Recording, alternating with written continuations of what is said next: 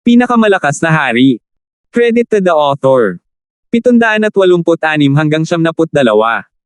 Ang mga pangalan po na nandito ay galing sa mga name generator. Kaya kung meron man pagkakatulad sa mga pangalan ng totoong tao o lugar, ito ay tunay na hindi sinasadya.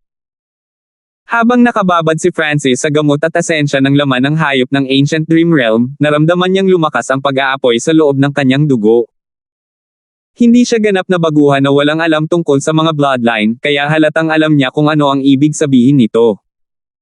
Ang bloodline na ito ay parang elemento ng apoy. Nagsalubong ang mga kilay ni Francis dahil mayroon na siyang linya ng yelo at tubig sa loob ng kanyang katawan na nagmula sa espiritual na mata ng Diyos. Kung ang nakakagising na bloodline na ito ay isang fire bloodline, ang dalawang bloodline ay magkakontra sa isa't isa. Habang lumalakas ang nasusunog na sensasyon, isang nagninangas na pulang kulay na bahagyang mas malabo kaysa sa kulay ng dugo ang dumaloy sa kanyang dugo at nagbigay ng maliwanag na liwanag. Ang kapangyarihan ng bloodline na ito ay hindi mas mahina kaysa sa isang 10,000 ancient races bloodline. Nagpakita si Francis ng kakaibang ekspresyon. Sa kabutihang palad, hindi nangyari ang inaalala ni Francis. Ang Ice and Water bloodline ay nilikha ng God's spiritual eye at ang Red Flaming bloodline ay nilikha ng kanyang katawan, at dahil ang mga tao ay gawa sa mga atomo, sila ay balanse. Inilipat ni Francis ang kanyang eye intent at ang nag-aalab na bloodline ay madaling na-control niya.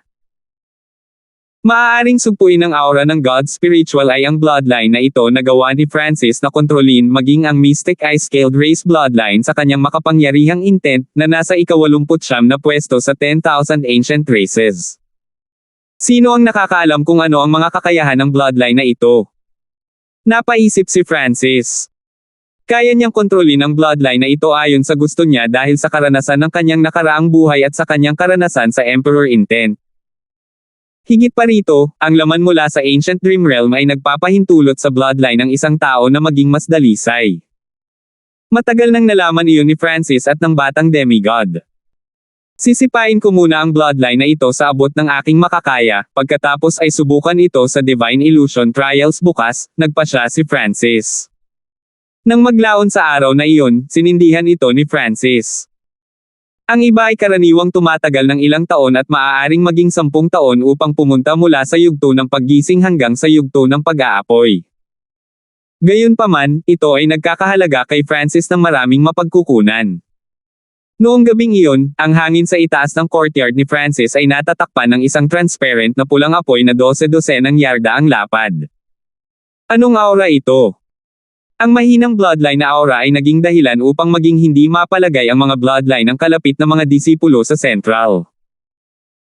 Gayunpaman, ang aura ay napakahina, kaya ang mga taong nasa malayo ay hindi ito maramdaman, ngunit kahit na noon, naakit nito ang atensyon ng isang maliit na bilang ng mga tao. Sa umaga ng ikalawang araw, ang mga disipulo ng Central ay bumangon ng maaga ng may pag-asa. Magsisimula na ang Divine Illusion Trials. Huminga ng malalim si Senior Marshal Brother Tyler at lumabas ng kanyang courtyard. Siya ay likas na tumingin sa direksyon ng patio ni Francis. Ang isang tingin na ito ay nagpatigil sa kanya. Ang hangin sa itaas ng patio ni Francis ay natatakpan ng sariwang nagninangas na liwanag na tila nakikipag-ugnayan sa sikat ng araw tulad ng kapangyarihan ng isang sinaunang Golden Crow. Maaaring may kaugnayan ito sa bloodline ng Golden Crow race ng 10,000 ancient races. Tumalo ng puso ni Francis, ngunit pagkatapos ay umiling siya. Ang Golden Crow race ay nasa ika-8 na ranggo sa 10,000 ancient races, at ito ay isang karera na itinuturing na lumalaban sa langit. Mayroon lamang isang Golden Crow na makikita sa fan universe, ang Ancient Flaming Sun. Kung ang isa ay lumipad ng mas mataas kaysa sa walang limitasyong karagatan, magagawa nilang lapitan ang Golden Crow na tinatawag ng mga mortal na araw. Gayunpaman, walang nang ahas na lumapit sa Golden Crow. Maging ang mga demigod at Diyos ay magiging abo kung sila ay masyadong malapit sa Golden Crow. Ang mga miyembro ng maalamat na lahi na ito ay napakalaki, at ang Golden Crow na ito ang nagbigay ng liwanag sa buong fan universe. Gayunpaman, ang Golden Crow ay napakalayo mula sa continent zone, at hindi ito gaanong banta dahil sa walang limitasyong karagatan. Kung wala ang walang limitasyong karagatan na nagpoprotekta sa kanila, higit sa 70% ng mga nilalang sa mundo ay magiging abo mula sa liwanag ng Golden Crow. May isang alamat tungkol dito. Sa isang tiyak na panahon, mayroong 10 Golden Crows. Maging ang makapangyarihang sinaunang mga lahi ay nakaramdam ng init, at tila ang lahat ay malapit ng masira, kaya ang ibang mga lahi ay nag-usap kung paano haharapin ang 10 gintong uwak na ito. Sa kasamaang palad, ang kapangyarihan ng 10 Golden Crows ay napakahusay, at kahit ang mga sinaunang Diyos ay hindi makalapit sa kanila. Sa kritikal na sandali na ito, lumitaw ang isang henyo mula sa unang rank na sinaunang lahi. Gamit ang walang katulad na banal na busog na nilikha ng ibang mga lahi, binaril niya at napatay ang 9 na Golden Crows na nagligtas sa mundo. Siyempre, iyon ay isang alamat lamang, ngunit makikita kung gaano kakilakilabot ang Golden Crow race kahit na ang alamat ay hindi totoo. Ang aking bloodline ay maaaring sumipsip ng kapangyarihan ng Golden Crow kahit na ito ay hindi ang bloodline ng Golden Crow. Ito ay lubhang kakaiba, Francis murmured. Hindi man lang siya nang ahas na isipin ang pagkakaroon ng isa sa nangungunang 10 bloodline ng 10,000 ancient races. Sila ay kapantay ng 8 Great God Eyes. Pagkatapos ng lahat, mayroon pa ring ilang mga linya ng fire o mga diskarte na maaaring sumipsip ng liwanag mula sa Golden Crow. Halimbawa, ang Heaven Sun Battle Race ay nauugnay sa Golden Crow Race, kaya nakuha nito ang kapangyarihan nito. Who? Nagpakawala ng hininga si Francis nang magsimulang maglaho ang kanyang bloodline power. Pagkatapos kagabi, mas lumakas ang bloodline niya. Nagpa siya siyang bumalik sa Hanford family pagkatapos ng Divine Illusion Trials para tanungin kung ang isang ninuno ng Hanford family ay may katulad na bloodline. Junior Marshall Brother Hanford. Ang tunog ng matamis at mabait na boses ng babae mula sa labas. Senior Marshall Sister Roella. Lumabas si Francis at nakita ang mabait na Senior Marshall Sister Roella. Damang-dama ni Francis ang selos na titig ni Senior Marshall Brother Tyler. Sa nakalipas na ilang buwan, si Senior Marshall Sister Roella ay napakahirap na naglilinang, at nakapasok siya sa True Lord rank. Ayaw niyang isuko ang pagkakataong makapasok sa Divine Illusion Dimension. Junior Marshall Brother Hanford, Junior Marshall Sister Roella. Si Senior Marshall Brother Tyler ay ngumiti at naglakad palapit. Nag-effort din siya para makapasok sa Divine Illusion Dimension. Sa tulong ng kanyang master, naabot niya ang kalahating hakbang na Origin Core Realm. Ang kalahating hakbang na Origin Core Realm ay higit sa karaniwan sa gitna ng mga disipulo ng sentral, ngunit hindi siya kumpiyansa na makakahanap siya ng pwesto. Ang mga disipulo ng sentral ay nahati sa kanilang mga grupo at pumunta upang lumahok sa mga Divine Illusion Trials. Sa pagkakaroon ng cultivation ng Origin Core Realm, si Francis ay kabilang sa pinakamataas na Central Disciples. Kahit na ang ilang core disciples ay walang cultivation ng Origin Core Realm. Ang isang normal na disipulo na nagkaroon ng ganoong cultivation sa kanyang edad ay isa ng disipulo ng isang hari o kahit na isang emperador. Sa sandaling ito, naramdaman ni Senior Marshall Brother Tyler na walang magawa, at nagkaroon siya ng masalimuot na emosyon kapag kaharap si Francis.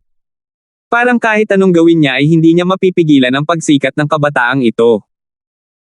Ang grupo ng mga Central Disciples ay lubos na gumagalang kay Francis at sinubukang makuha ang kanyang mabuting panig. Ang ugali ni Francis ay maaaring ituring na malamig at mapagmataas pa, ngunit hindi ito naging hadlang sa mga disipulo ng sentral na maging masigasig. Gustong sumali ni Senior Marshall Brother Tyler, ngunit nakaramdam siya ng pait at kawalan ng magawa. Sa ngayon, ang kanyang kasalukuyang problema ay kung paano lutisin ang awayan sa pagitan niya at ni Francis. Kung hindi niya ito gagawin, wala na siyang puwang sa 10,000 Sacred Clan mamaya dahil sa bilis ng pagbangon ni Francis. Sa isang lambak ng teritoryo ng 10,000 Sacred Clan, lahat ng mga kalahok na disipulo ay nagtipon. Ang Divine Illusion Trials ay nahati sa dalawang grupo. Ang isa ay ang nakababatang henerasyon at ang isa ay ang mas lumang henerasyon. Lahat ng mga disipulong kalahok sa Divine Illusion Trials, pumasok sa Secret Realm, nagsalita ang isang Void God Realm King. Kilala ni Francis ang haring ito. Ito ang amo ni Algen, si Haring Philemon. Isang pagsubok na ginanap sa loob ng isang lihim na kaharian. Gaya ng inaasahan sa isang angka na dating 3 bituin, bulalas ni Francis. Sa katotohanan, ang 3 star na Mystic True Sacred Clan na dating bahagi ni Francis ay nagsagawa rin ng kanilang mga pagsubok para sa Demigod Forgotten Garden sa isang lihim na kaharian, ngunit sa oras na dumating si Francis, natapos na ang kompetisyon na iyon, kaya kinailangan ni Queen Lee na bigyan ng reserbadong lugar si Francis. Ang 10,000 Sacred Clan ay mayroon ding ilang nakareserbang pwesto. Weng! Isang malabong berdeng whirlpool ang lumitaw sa hangin sa itaas ng lambak. Whoosh! Whoosh!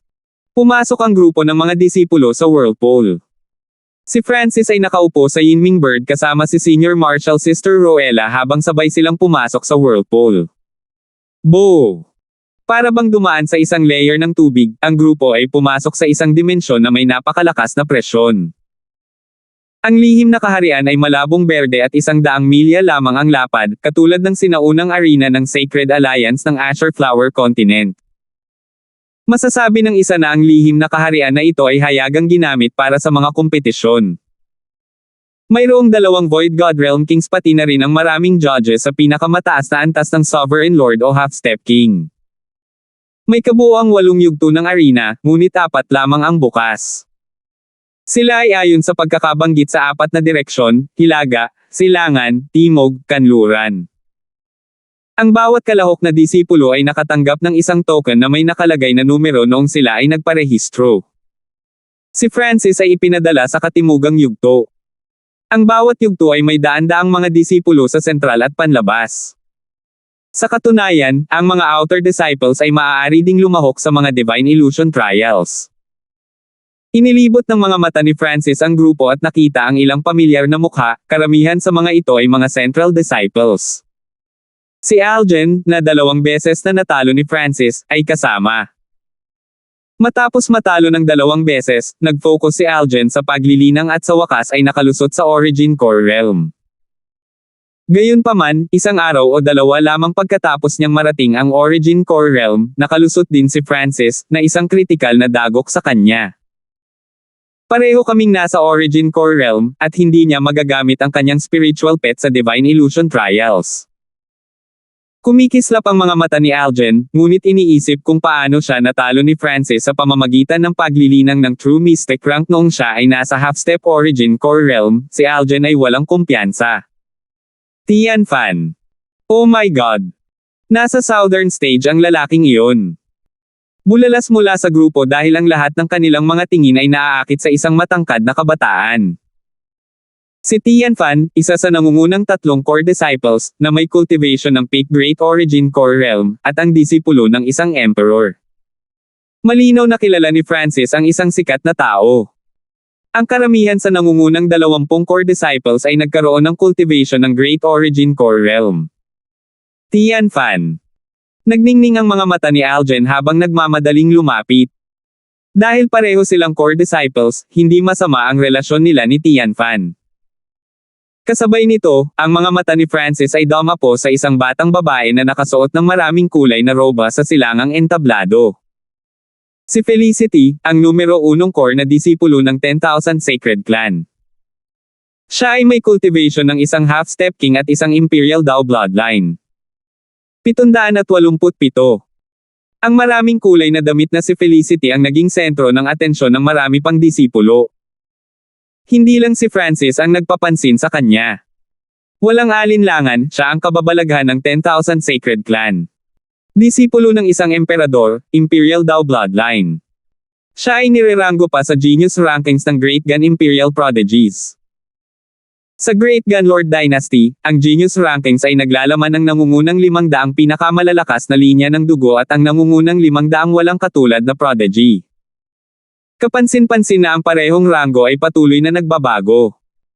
Pagkatapos ng lahat, ang panahon na ito ay patungo sa hinaharap, at ang mga henyo ay nagmature habang ang mga bloodline ay nagbabago. Sa mga yugto ng lihim na kaharian, sa gitna ng lahat ng mga henyo ng 10,000 Sacred Clan, malinaw na binigyan ni Francis ng higit na atensyon si Felicity. Naramdaman niya na ang talento at lakas nito ay malapit sa kay Godfrey noong nasa Demigod Forgotten Garden siya. Parang may naramdaman, lumingon ang magandang babae sa direksyon ni Francis, at isang invisible na mental energy ang bumalot sa paligid ni Francis. Ang 10 henyo sa paligid ni Francis ay nakaramdam ng hindi makahinga. Parang may di nakikitang sinag sa kanila. Plop! Isang true spirit realm ang panlabas na disipulo ay malumanay na lumuhad habang siya ay bumagsak sa lupa. Si Francis lamang ang kumilos na parang walang nangyayari, at nagbigay siya ng isang mahinang ngiti. Ang kabataang iyon. Nagulat si Felicity. Normal pa ring kumilos ang kabataang iyon kahit sa ilalim ng kanyang half-step king intent. Senior Marshal Sister Kong, ang taong iyon ay ang sikat na beast tamer Francis. Malamang siya ay isang disipulo ng isang emperor, at kahit si Duke Nanpeng ay pinuri siya, nakangiting sabi ng isang kalapit na lalaki na nakatshirt. Ang panandaliang palitan ni na Francis at Felicity ay halatang nakapukaw ng atensyon ng iba pang mga henyo. Sino siya? Kaya niyang tiisin ang half-step king intent ng head disciple. Ang mga tingin ng maraming disipulo ay lumingon kay Francis, lalo na ang mga mula sa katimugang yugto. Siya ang Francis na sinasabi mo. Isang liwanag ang sumilay sa mga mata ni Tianfan. Pinigilan ni Algen ang sorpresa sa kanyang puso at tumango bilang pagsang-ayon, siya iyon. Hindi inaasahan ni Algen na kahit na ang half-step king intent ay hindi kayang sugpuin si Francis. Ilang segundo lang ang nakalipas, sinisikap niyang turuan si Tianfan ng leksyon. Hindi mo ako kailangang pinan. Medyo interesado ako sa Francis na ito. Tiningnan ni Tianfan si Algen ng may malalim na kahulugan, na nagpalabas ng malamig na pawis sa kanyang likod. Sa 10,000 sacred clan na disipulo, ang cultivation ni Tianfan ay nasa ibaba lamang ni Felicity. Sa lakas ni Tianfan, dapat niyang turuan ng leksyon si Francis, naisip ni Algen. Pagkatapos ng lahat, ang pagkakaiba sa paglilinang sa pagitan ng dalawa ay napakalaki. Ang isa ay nasa mga unang yugto ng Origin Core Realm habang ang isa ay nasa pinakamataas na Great Origin Core Realm. Ayon sa mga patakaran ng Divine Illusion Trials, hindi maliit ang pagkakataong magkita sina Francis at Tianfan. Ang mga patakaran ay napupunta sa pamamagitan ng pag-aalis. Kung ang isa ay matalo ng 7 sunod-sunod na laban o sa kabuuan ay 20, sila ay matatanggal, naisip ni Francis. Ang bawat yugto ay kinuha lamang ang nangungunang 50, at ang 4 na yugto ay pagsasama-samahin at tutukayan ang nangungunang 60. Kahit na ang huling yugto ay pinili sa pamamagitan ng pag-aalis. Bakit 60 at hindi 65? Dahil 5 sa mga puwang ay paunang natukoy. Ang labanan sa 4 na yugto ay nagsimula sa lalong madaling panahon. Flop. Arg. May isang alagad na agad na ipinadala sa ere nang magsimula ang laban. Tumingin si Francis at hindi maiwasang umiling. Ang mga outer, central, at core na mga disipulo ay maaaring lumahok sa mga divine illusion trials, at malinaw naman, ang pagkakaiba sa lakas sa pagitan nila ay maaaring malaki. Kung ang isang outer na disipulo ay makatagpo ng isang core na disipulo, sila ay matatalo kaagad. Nagpatuloy ang mga round, at hindi nagtagal ay turn na ni Francis, ngunit ang kanyang kalaban ay isang mahinang early stage na True Lord rank central na disipulo. Inaamin ko ang pagkatalo ko. Agad sumuko ang True Lord rank central na disipulo nang makita niya si Francis, na nasa Origin Core Realm. Ang sino mang may cultivation ng Origin Core Realm ay tiyak na kabilang sa mga nangunguna sa mga nakababatang disipulo. Sa halip na masugitan at matalo pa rin, mas mabuting magtipid ng lakas. Karaniwan, kapag ang lakas sa pagitan ng dalawang panig ay masyadong malaki, ang hukom ay ipahayag ang resulta bago pa man matapos ang laban. Ang unang laban ni Francis ay natapos ng ganoon. Si Tianfan ang may pinakamataas na cultivation sa southern stage, at si Algen ay kabilang din sa tuktok. Sino mang alagad na makakilala sa dalawang ito ay agad na sumuko. Si Francis ay isang core na disipulo sa paningin ng iba, at mas misteryoso pa siya kaysa sa mga normal na core disciples. Makalipas ang kalahating araw, umakyat si Francis para sa kanyang pangalawang laban. Ang kanyang kalaban ay nasa pinakamataas na True Lord rank, ngunit sumuko rin siya. Boring. Umiling si Francis, at ang maliit na paws ang magnanakaw sa kanyang balikat ay tila naiinip din. Ito ay hindi na ang kompetisyon ay hindi kapana-panabik. May mga kaso ng underdog na nanalo. Gayunpaman, naabot na ni Francis ang Origin Core Realm, at tumayo siya sa tuktok ng mga nakababatang disipulo. Ibang-iba ito noong siya ay nasa Sacred True Dragon Gathering, kung saan ang cultivation ni Francis ay mas mababa sa average. Sa simula noon, ang kabuoang lakas niya ay bahagyang nasa itaas ng median. Ang lahat ng laban ng 5 overwhelming prodigy sa unang bahagi ng Sacred True Dragon Gathering ay pareho sa nararanasan ngayon ni Francis. Natalo sila agad, o sumuko kaagad pagkaakyat nila sa entablado. Ang boring din noon. Gayunpaman, ang Divine Illusion Trials ay tumagal ng mahabang panahon. Aabutin ito ng hindi bababa sa 20 araw. Ang Divine Illusion Trials ay iba sa Sacred True Dragon Gathering. Ang Sacred True Dragon Gathering ay kailangan lamang na ranggo ang nangungunang 10 habang ang Divine Illusion Trials ay kukuha ng nangungunang 50 mula sa 4 na magkakaibang yugto, pagkatapos ay ang nangungunang 60 mula sa grupong iyon. Para sa ikatlong laban, ang kalaban ni Francis ay isang malamig na half-step na Origin Core Realm Youth, isang elite sa gitna ng mga Central Disciples. Ang Francis na ito ay kaka-rating lamang sa Origin Core Realm. Kung makakasama ko siya o mag-perform ng maayos, baka maakit ko ang atensyon ng ilang hari. Nagpa siya ang malamig na kabataan. Hindi man malaki ang tsansa na manalo, gusto pa rin niya itong subukan. Sa entablado, nakatawag ng pansin ang paghaharap ni Francis at ng malamig na kabataan, kasama sina Algen, Tianfan, at Felicity. Gayunpaman, ang labanan ay natapos ng mas mabilis kaysa sa inaasahan ng sinuman. Whoosh! Isang alon ng wind lightning ang lumitaw habang hindi nakuha ang pag-atake ng malamig na kabataan. Hindi maganda. Nakaramdam siya ng ihip ng hangin mula sa likuran. Bam! Ang malamig na kabataan ay pinalipad ng isang suntok. Nagawa niyang i-circulate ang kanyang half-step na True Yuan at bumuo ng isang defensive barrier, ngunit gusot itong parang papel mula sa simpleng suntok. Hua! Nagsimulang maglabasan ang usapan. Ang bilis naman. Isang iglap lang ang nakita ng karamihan sa mga manunood, saka bumagsak ang malamig na kabataan.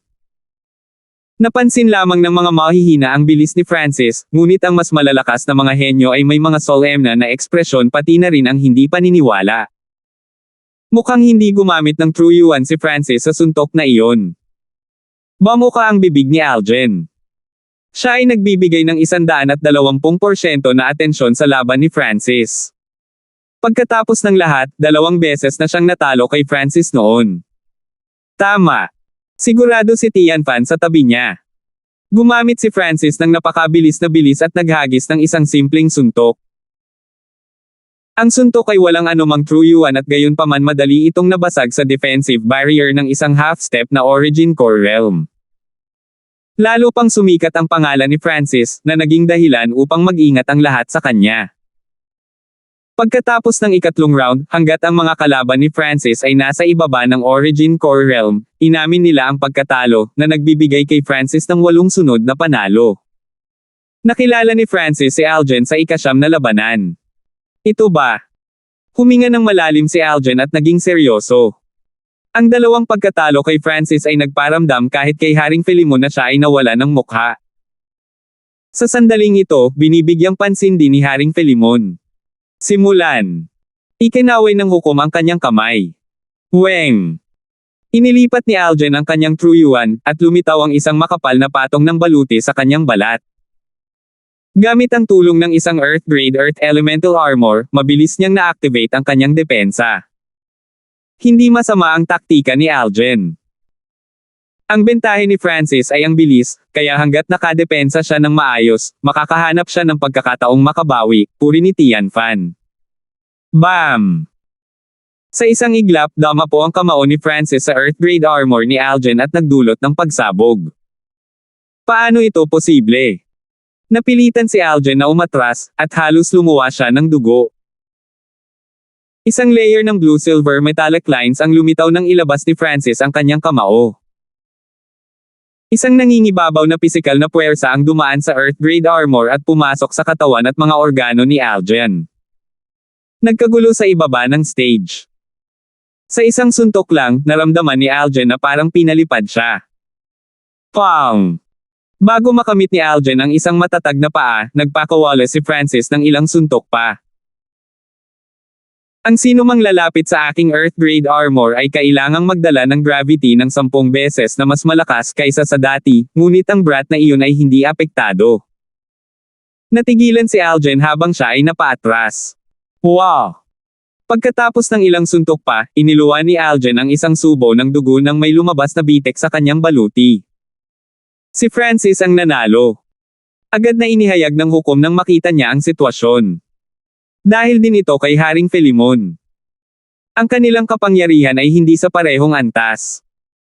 Nagagawang sugpuin ni Francis si Aljen gamit ang kanyang malalim na puwersang nagpapalakas sa katawan ng mag-isa. Bumantong hininga si Haring Filemon.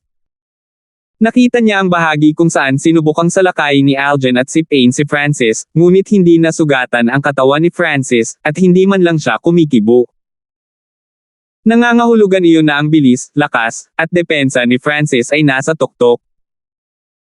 Napagtanto pa ni Haring Filemon na si Francis ay kumikilos ng napaka-casual, na parang hindi pa rin niya ginagamit ang kanyang buong kapangyarihan. Ang Francis na ito ay napakalakas. Ang mukha ni Tian Fan ay solemn na, ngunit ang matinding hangarin sa pakikipaglaban ay lumitaw sa kanyang mga mata. Pagkatapos ng laban, tanging sina Francis, Tian Fan, at isang maliit na bilang ng mga tao ang nakapagpanatili ng kanilang mga sunod-sunod na tagumpay. Ang ilang mga tao ay naalis na. Upang maalis, kailangan ng isa na matalo ng 7 sunod-sunod na laban o 20 sa kabuuan. Ang mga disipulo sa katimugang entablado ay naghihintay sa laban ni Tian Fan at Francis. Habang mas maraming alagad ang naalis, mas mataas ang pagkakataon ng dalawang iyon na magkita. Sa wakas, nakilala ni Francis si Tian Fan sa ika-30 laban. Lahat ng tao sa loob ng lihim na kaharian, kabilang ang dalawang hari, ay nanunood ng may interes. Naabot na ni Tian Fan ang pinakamataas na Great Origin Core Realm, at hindi ko magagamit ang aking intent o ang aking eye bloodline. Nakaramdam ng problema si Francis sa unang pagkakataon. 788. Nang hindi gumagamit ng ilang lihim na diskarte, napakababa ng pagkakataon na manalo si Francis laban sa pinakamataas na Great Origin Core Realm na si Tian Fan. Malaki ang pagkakaiba sa pagitan ng Early Stage Small Origin Core Realm at ang Peak Great Origin Core Realm. May kabuuang 6 na maliliit na yugto sa pagitan nila. Sa mga normal na sitwasyon, isa na itong himala kung hindi agad matalo si Francis. Francis, hindi kita minamaliit, ngunit hindi ka mananalo. Ang mga mata ni Tian Fan ay kumikinang na may layuning labanan. Buo ang tiwala niya sa kanyang sarili, ngunit hindi rin niya mamaliitin ang kanyang kalaban. Simulan. Ikinaway ng hukom ang kanyang kamay. Sure. Sa sandaling magsalita ang hukom, si Francis ay naging isang arko ng kidlat. Ang bilis naman. Bulalas ng mga manunood. Ang bilis na kasalukuyang ipinapakita ni Francis ay mas mabilis pa kaysa noong nilabanan niya si Aljen. Gaya ng naisip ni Haring Filemon, nagpipigil si Francis sa laban na iyon. Buksan. Si Tian Fan ay nakatayong hindi kumikibo at sinuntok sa tagiliran ng hindi man lang tumitingin. Bam! Ang suntok ay nagdala ng nagninangas na lilang liwanag na agad na tumakip sa entablado. Ang mga kalapit na disipulo ay nakaramdam ng hindi makahinga. Boom! Isang pilak-asul na figure na natatakpan ng kidlat ng tubig ng hangin ay nabasag ng kamao ni Tian Fan, at isang nakakatakot na shockwave ang tumawid sa entablado. Hindi kumikibo si Tian Fan habang si Francis ay napaatras ng 200 yarda at lumilipad pa atras. Natalo sa isang galaw. Ang mga dalubhasa sa lihim na kaharian ay napatingin lahat sa katimugang yugto.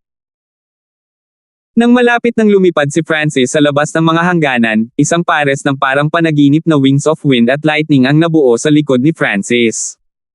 Hu! Ang wings of wind and lightning ay mabilis na pumutok, at si Francis ay sumulong. Ang brat na iyon ay hindi man lang nasugatan sa suntok na iyon ngayon lang. Bahagyang nagbago ang ekspresyon ni Tian Fan. Kung nilinang lamang ni Francis ang 5 elemental wind lightning technique, malubha na sana siyang nasugatan ng suntok mula sa isang peak great origin core realm. Gayunpaman, nilinang din niya ang Golden Kun Sacred Lightning Body, na nagbigay sa kanya ng napakapangit na pisikal na lakas sa labanan, at depensa. Ang kanyang Water Bloodline at ang kanyang Water of Wind Lightning ay mabilis ding makapagpapagaling sa kanyang mga sugat. Katawan ng Sagradong Kidlat. Umuungol si Francis nang magsimulang kumislap sa paligid niya ang isang metal na pilak asul na ilaw. Sa isang iglap, siya ay naging mas malaki, at siya ay nagpalabas ng isang pisikal na puwersa na tila talagang nagkatotoo. Bahagyang nakikita ng isa ang kalahating transparent na kinang ng pilak asul na kidlat sa hangin. Boom! Bumaba si Francis mula sa langit ng may mapanirang kapangyarihan. Napakalakas ng katawan. Naramdaman ni Tianfan na bumigat ang kanyang katawan at pinipilit ang kanyang dugo. Kailangan niyang gamitin ang kanyang True Yuan para protektahan ang kanyang mga organo. Higit pa riyan, ang pisikal na puwersa ni Francis ay naglalaman ng sensasyon ng kidlat. Hindi lamang nakaramdam ng matinding pressure si Tianfan, naging manhid pa ang kanyang katawan. Sino ang Panginoon ni Francis? Sinong emperador ang may napakalalim na pamamaraan sa pagpapalakas ng katawan? Ang dalawang Void God Realm Kings ay natigilan. Kahit na ang 10,000 Sacred Clan ay hindi nakahanap ng ganoong pamamaraan na nagpapalakas ng katawan. Ha!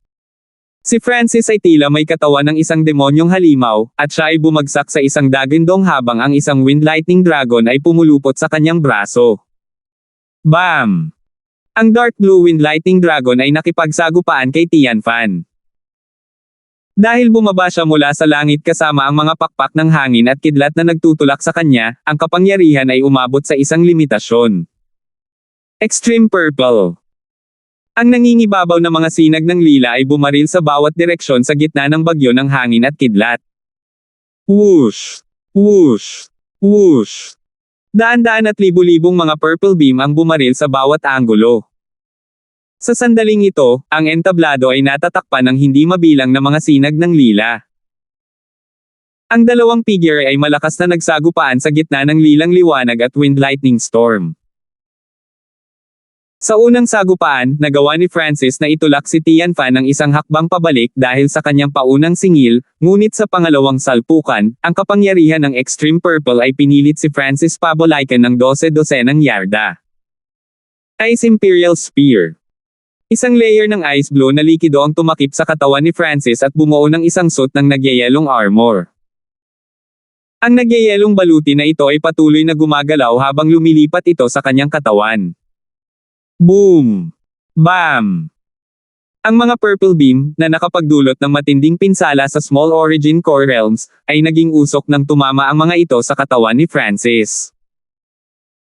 Sa tulong ng Ice Water Bloodline at ng Water of Wind Lightning, ang armor na nabuo ng Ice Imperial Spear ay hindi lamang makakapagtanggol, maaari rin itong gamitin ang kapangyarihan ng kidlat sa pag-atake. Dagdag pa sa depensa ng Sacred Lightning Body, ang opensa ng malawak na lugar ni Tianfan ay hindi nagawang banta si Francis. Whoosh! Ang pares ng mga pakpak sa likod ni Francis ay pumuputok habang siya ay mabilis na lumipad sa kalangitan at muling bumababa, na nagpapakita ng magandang palabas. Napabuntong hininga ang mga disipulo habang nanunood, at maging ang hukom na nangangasiwa sa katimugang yugto ay nataranta, na nangangailangan ng pangunahing hukom na personal na pangasiwaan ito. Mahirap isipin na si Francis ay may kakayahang kontrolin ang laban. Inilalagay niya ang kalamangan sa lokasyon sa abot ng kanyang makakaya, bumantong hininga si Haring Philemon. Sa kasamaang palad, dahil sa malaking pagkakaiba sa paglilinang, si Francis ay hindi makakakuha ng anumang kalamangan sa isang labanan, buntong hininga ang isa pang hari. Isa ng himala na maabot ni Francis ang hakbang na ito. Si Tianfan ay may tame time na ekspresyon, at siya ay labis na nadismaya.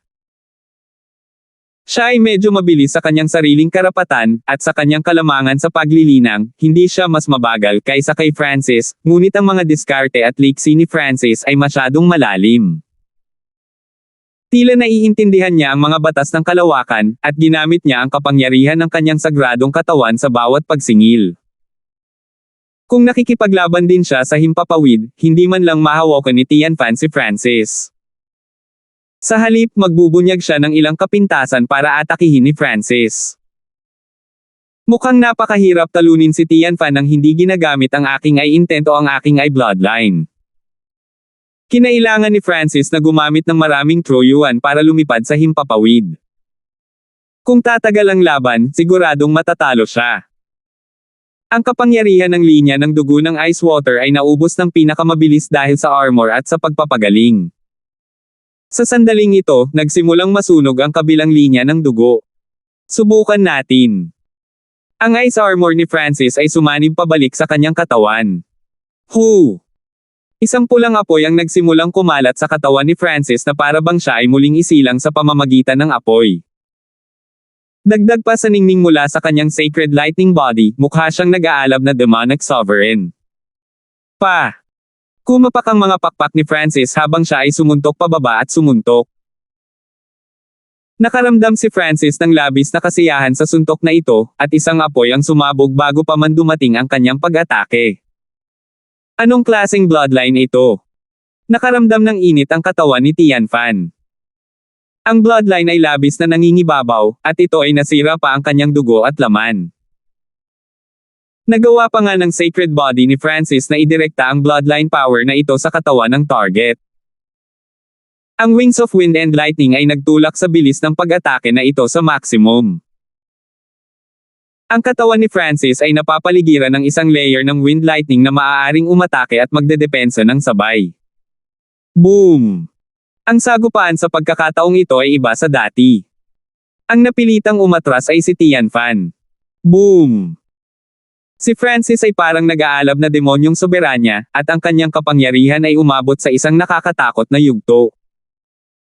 Ang bawat atake niya ay masusunog at makakasira sa kalaban. Proteksyon ng Purple Flames.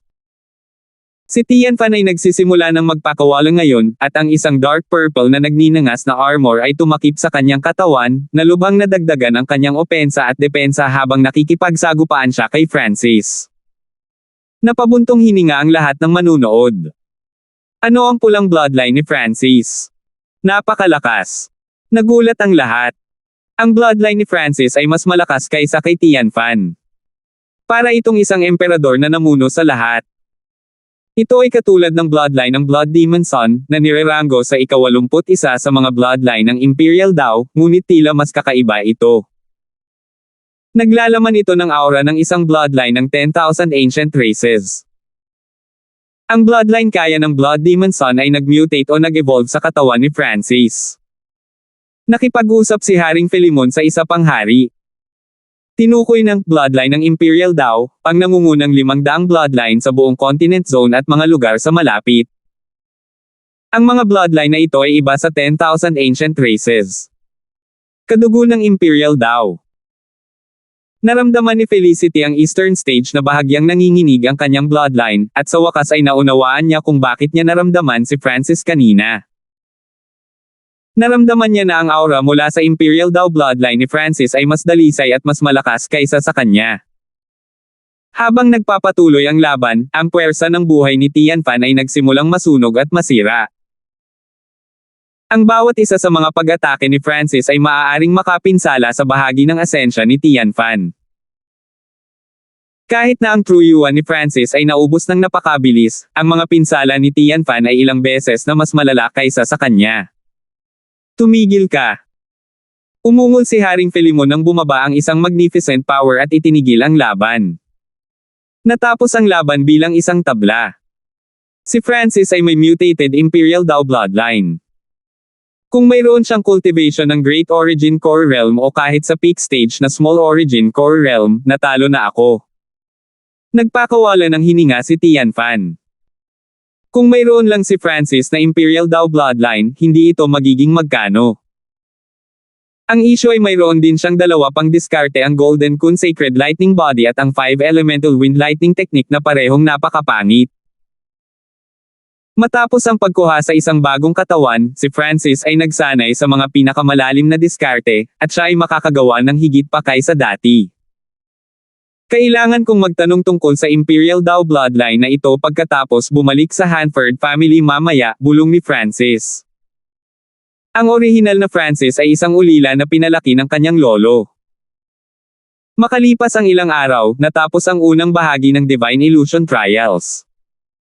Nagpatuloy ang 4 na arena, bawat isa hanggang 50 tao na lang ang natitira. Ang mga arena pagkatapos ay pinagsama, at ang nangungunang 200 ay nakipaglaban hanggang 60 ang natira. Si Francis ay walang kapare sa mga huling laban. Ang battle power na ipinakita niya ay maihahambing sa nangungunang 3 core disciples, at sinumang makakilala sa kanya ay umamin kaagad ng pagkatalo. Hanggat hindi niya nakilala si Felicity, hindi nag-aalala si Francis. Matapos magsimula ang susunod na bahagi, nakilala ni Tianfan ang first rank Felicity pagkatapos ng 12 tuloy-tuloy na tagumpay. 789. Lubhang maingat si Tianfan habang kaharap niya si Felicity. Sa sandaling nagsimula ang laban. Purple Flame Protection. Isang dark purple na nagninangas na armor ang tumakip sa katawan ni Tianfan at nagradiated ng matinding liwanag. Marahil ito ay dahil sa napakalakas ng kalaban, ngunit ang battle power na ipinakita ni Tianfan sa simula pa lang ay nalampasan kung ano ang mayroon siya noong nilabanan niya si Francis. Whoosh! Sa isang flash ng maraming kulay na liwanag, si Felicity ay gumawa ng isang eleganteng hakbang pasulong at nilapitan si Tianfan. Bagamat tila mabagal, mas mabilis pa ito kaysa sa Wings of Wind and Lightning ni Francis. Weng!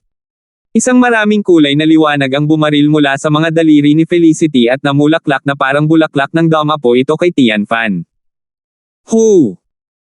Matapos gamitin ang Purple Flame Protection, inilabas ni Tianfan ang kanyang magkabilang kamao at naglunsad ng 2 magkadugtong na purple na dragon na gawa sa apoy. Sapat na ang temperatura para gawing abo ang isang normal na Small Origin Core Realm. Mukhang hindi ginamit ni Tianfan ang kanyang buong lakas ng kalabanan niya ako, bulong ni Francis. Sa pagtatapos ng araw, ang paglilinang ni Tianfan ay nalampasan ng sobra. Ginawa lamang ni Francis ang kanyang ginawa dahil ang kanyang liksi at iba't ibang lihim na pamamaraan ay naglimite sa mga kakayahan ni Tianfan. Basag! Ang tunog ng pag-crack ng entablado ay narinig, at si Tianfan ay umungal habang siya ay umatras.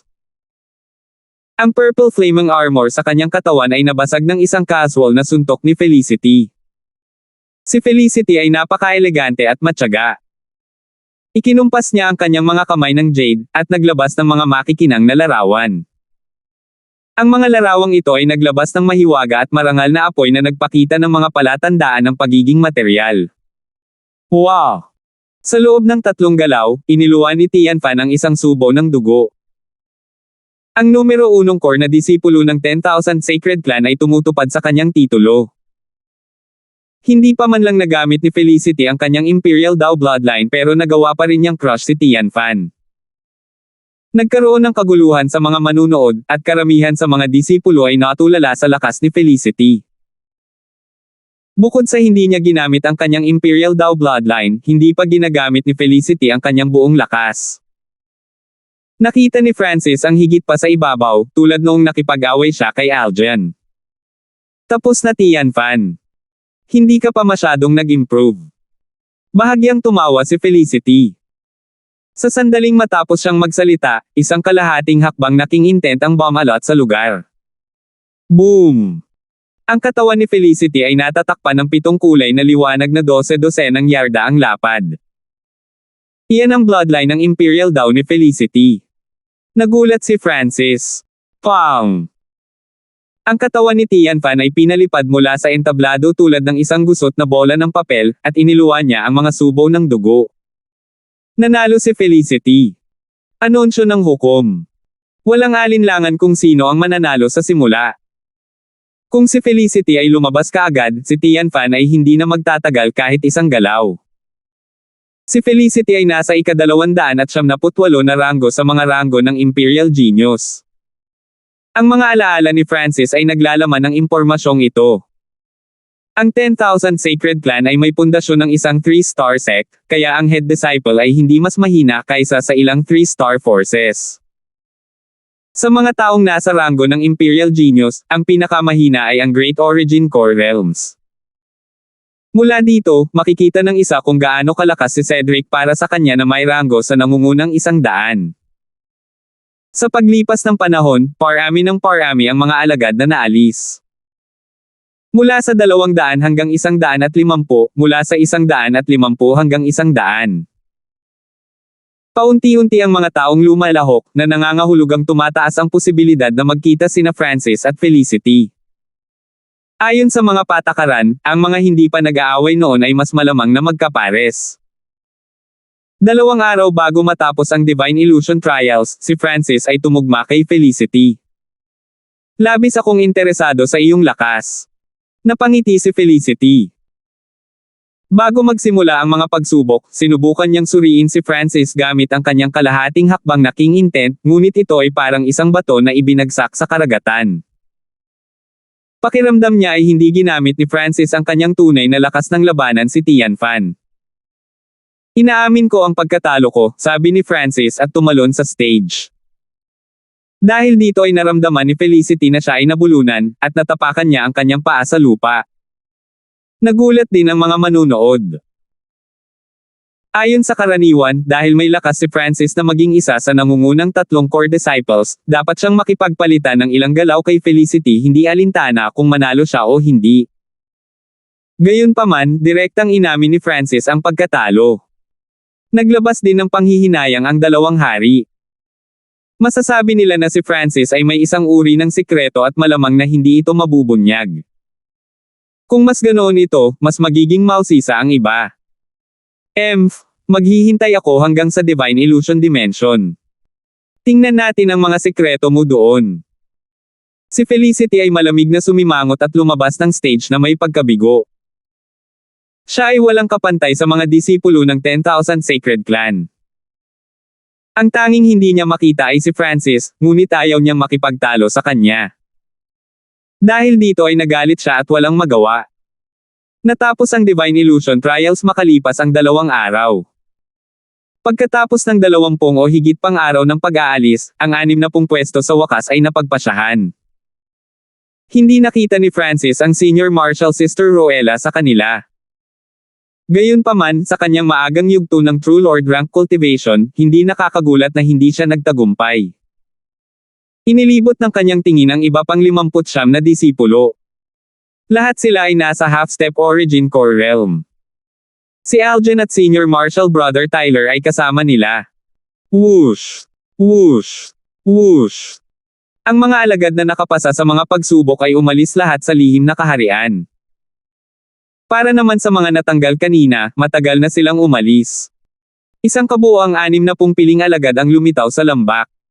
Junior Marshal Brother Hanford, binabati kita sa pagpasa sa Divine Illusion Trials. Kailangan mong hawakan ng mabuti ang pagkakataong ito. Naghihintay si Senior Marshal Sister Roella sa lambak.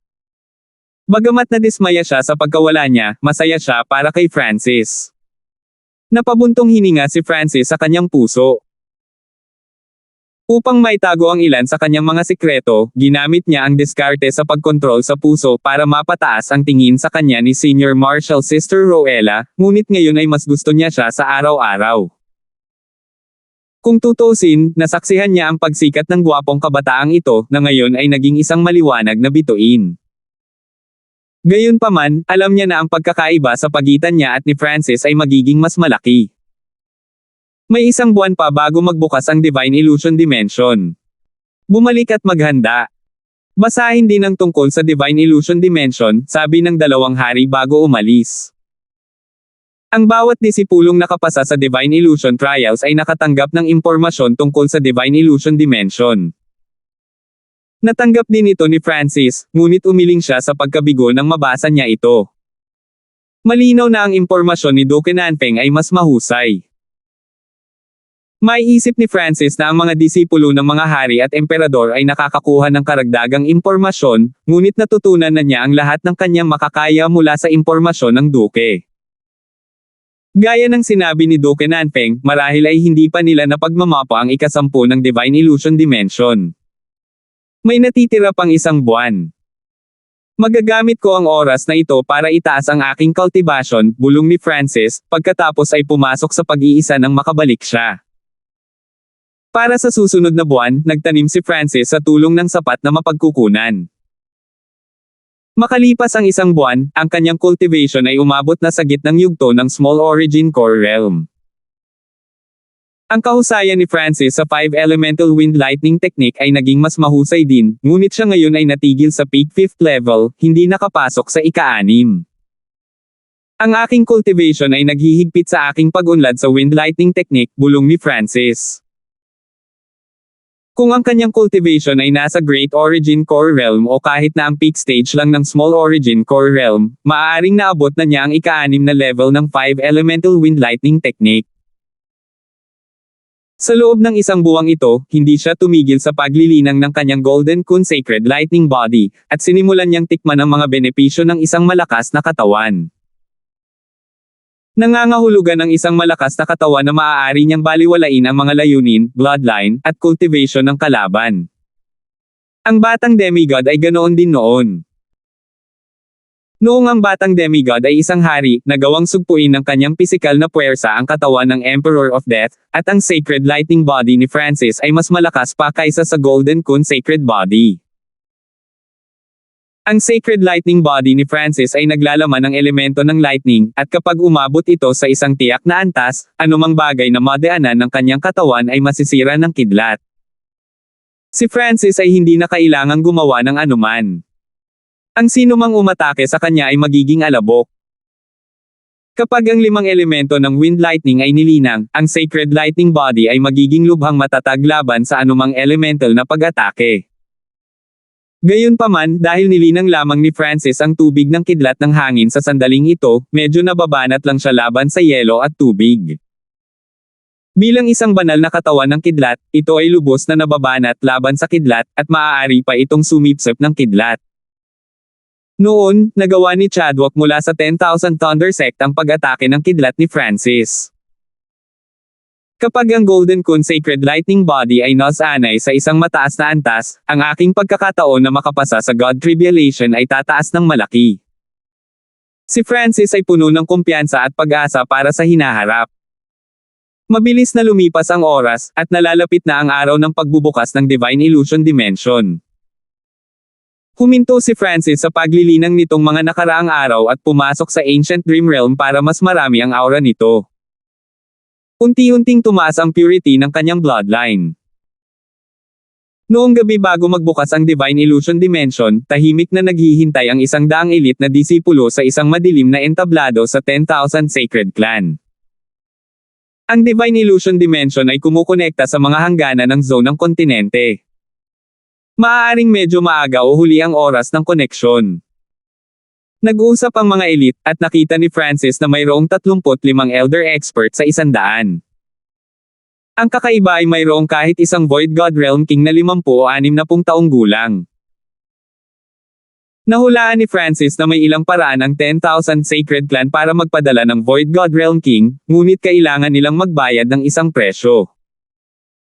Ang ilang puwersa, kabilang ang mga imperial, ay dapat na matagumpay na nakakonekta dito. Dahil malapit na tayo sa karagatan, isang araw ay mas mabagal tayo. Tinalakay ang ilang figure na sakop ng napakagandang liwanag. 790 po. Sa isang palasyo sa Great Gunlord Dynasty. Weng.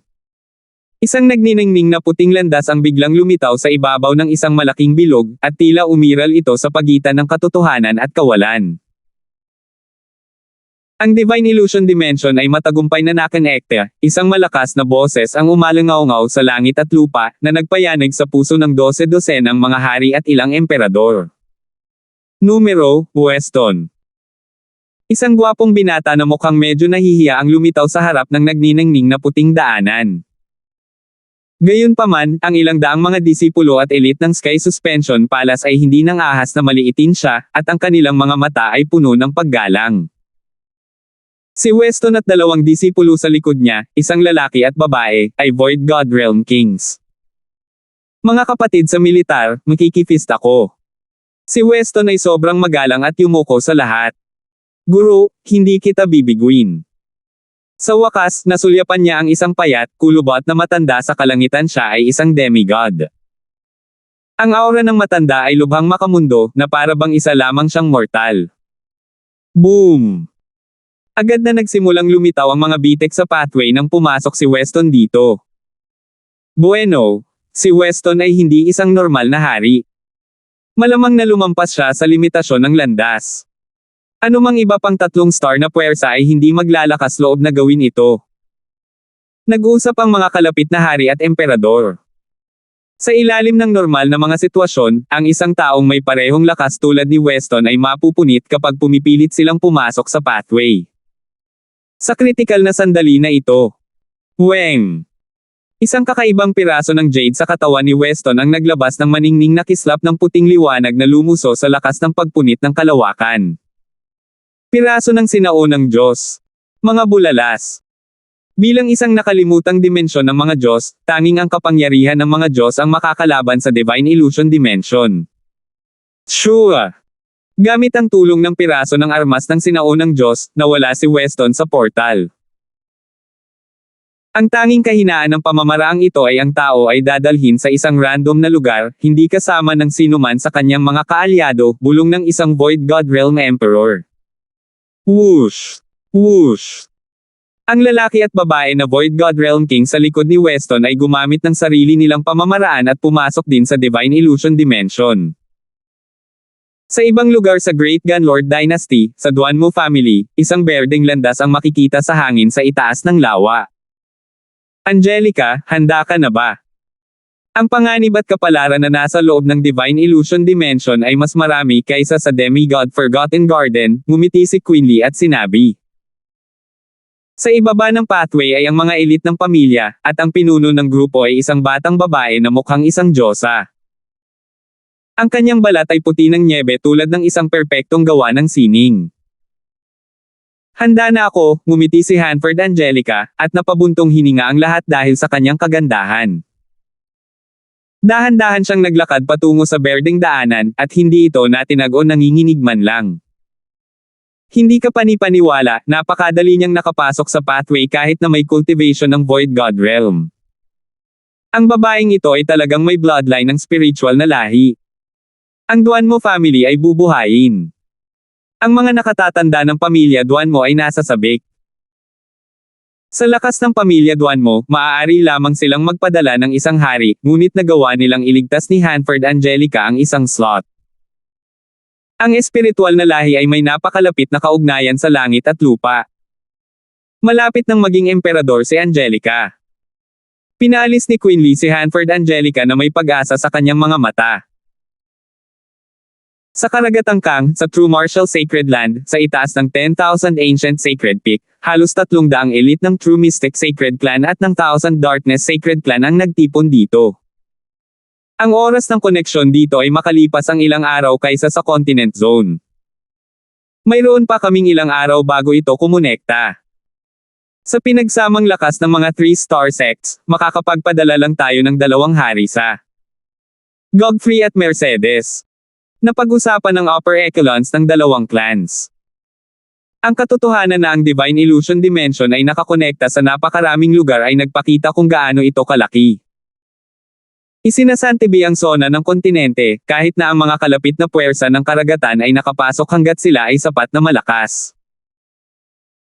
Gayunpaman, dahil ang Kang Ocean ay napakalayo, ang 3 star na puwersa lamang ang may kakayahang gawin ito, kahit na ang ilang 2 star na puwersa sa zone ng kontinente ay maaaring kumonekta dito. Nangangahulugan ito na ang lahat ng pumasok sa Divine Illusion Dimension ay isang elite ng Continent Zone o isang kalapit na lugar. Halos walang mana o lihim na kaharian sa parehong sukat ng Divine Illusion Dimension. Sa isang madilim na entablado ng 10,000 Sacred Clan, lahat ng mga disipulo at matatandang elite ay naghihintay. Siguro ang ilan sa mga puwersa sa Continent Zone ay nakakonekta na, ngunit kailangan pa nating maghintay ng kaunti, nakangiting sabi ni Tian Fan habang nakatayo sa tabi ni Francis. Ang dalawa ay lumaban sa isang draw sa Divine Illusion Trials. Si Tian Fan ay hindi nagalit o napahiya. Sa halip, sinubukan niyang kaibiganin si Francis.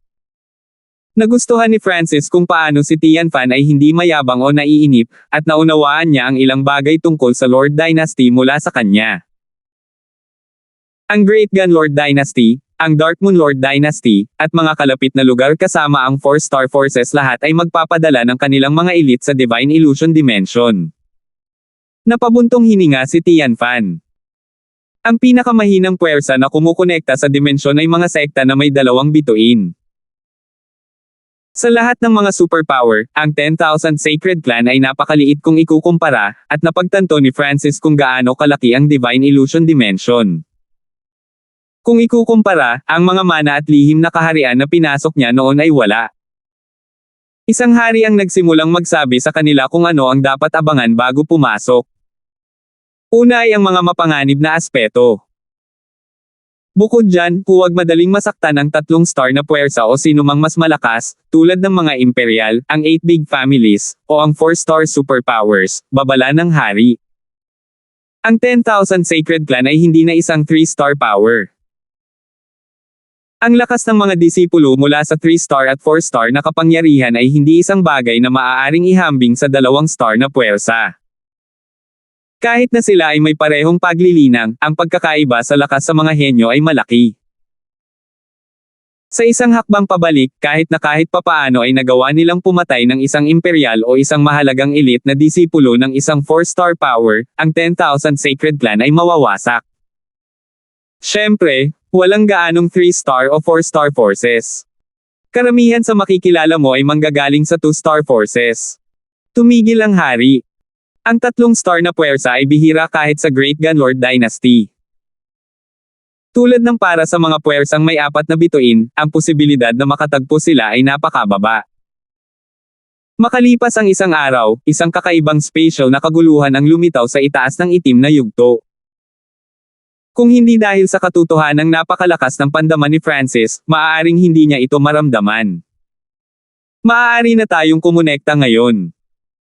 Ang mga puso ng Void God Realm Kings ay nanginginig at isang malabong gintong landas ang tila nag-uugnay sa kabilang panig. Yunhao, handa ka na ba? Ilang Void God Realm Kings at isang Emperor ang tumingin sa nangungunang tao. Si Yunhao ay isang piling matandang disipulo. Ang Divine Illusion Trials ay nahati sa 2 bahagi, ang mas matanda at nakababatang henerasyon. Ang Yunhao na ito ay humigit kumulang 50 o 60, ngunit mayroon siyang cultivation ng Void God Realm. Halata na siya ay may talento, at ang 10,000 Sacred Clan ay nakatutok sa kanya. Senior Yunhao, mangyaring bantayan kami.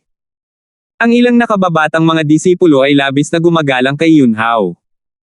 Sina Felicity at Yunhao ay ang 2 elite na henyo ng 10,000 Sacred Clan.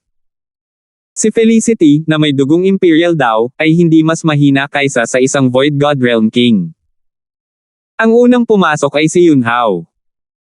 Sa sandaling ito, ang ilang haring elder ng angkan ay nanunood na may kinakabahang ekspresyon. Huminga ng malalim si Yunhao at humakbang papunta sa gintong landas. Basag. Ang malabong gininto ang landas ay agad na nagsimulang maging hindi matatag sa sandaling siya ay pumasok. Patatagin ang array. Isang Void God Realm Emperor at 8 hari ang nagsanib na puwersa at pinatatag ng kaunti ang landas. Lumalabas ang malamig na pawis sa noo ni Yunhao habang pinabilis niya ang kanyang takbo sa gintong landas. Nang malapit na niyang marating ang dulo ng malabong gininto ang landas, ang mga ekspresyon ng emperador at 8 hari ay naging puti. Parang naubos na nila ang lakas. Nang maisip ng lahat na malapit nang magtagumpay si Yunhao. Arg! Biglang sumigaw si Yunhao habang siya ay naputol sa hindi mabilang na mga piraso ng isang spatial crack. Ang spatial crack ay mukhang isang spider web, at naglabas ito ng isang ipinagbabawal na aura. Lahat ng mula sa 10,000 Sacred Clan, parehong matatanda at kabataan, ay natigilan at nakahinga ng maluwag. Matagal na dead silent ang stage. Nabigo. Masyadong malas si Yunhao. Sa huli, ang 10,000 Sacred Clan ay hindi na isang 3-star force. Nanghihinayang mga buntong hininga ang narinig. Kung mas mataas ang paglilinang ng isang tao, mas maliit ang pagkakataon ng tagumpay. Ang tanging exception ay kung ang isang angkan ay napakalakas o may mga henyo na may mga espesyal na linya ng dugo tulad ng spiritual race o Godfrey's spatial spirit body. Pagkalipas ng mahabang panahon, muling nag-activate ang array sa itim na entablado at nagpatuloy sa pagpapadala sa mga tao.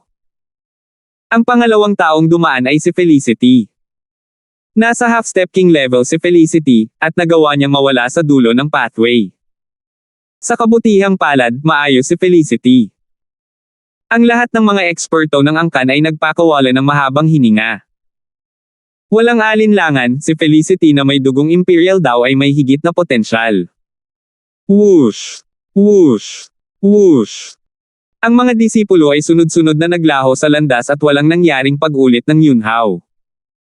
Sa isang tiyak na punto, si Francis na. Hindi normal ang lakas ng aking kaluluwa. Bahagyang nag-alala si Francis. Sa kanyang middle stage na Small Origin Core Realm Cultivation, walang dapat ikabahala, ngunit ang pathway ay nauugnay din sa Soul Strength. Sure! Itinago ni Francis ang kanyang kapangyarihan sa abot ng kanyang makakaya at maingat na humakbang papunta sa pathway. Gayunpaman, nang marating niya ang kalahating punto, naramdaman ni Francis na bahagyang nanginginig ang landas, at ang kanyang puso ay tumaas sa kanyang lalamunan. 771.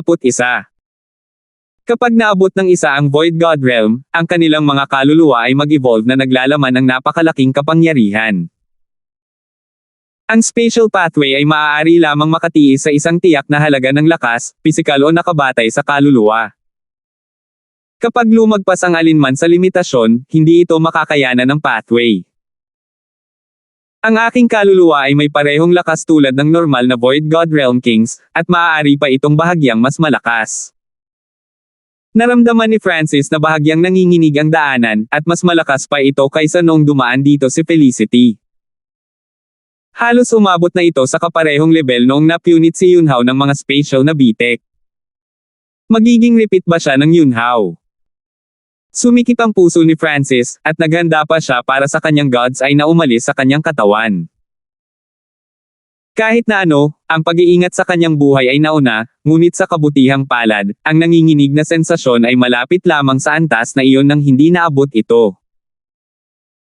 Ang pathway ay mas nakahilig sa pisikal na kapangyarihan, at ang Void God Realm Kings ay bumuo ng True Yuan Dimension, na naglalaman ng hindi kapani-pani walang pisikal na kapangyarihan. Ang True Yuan cultivation ni Francis ay nasa gitnang yugto lamang ng Small Origin Core Realm, at minsan, natuwa siya na hindi mataas ang kanyang cultivation.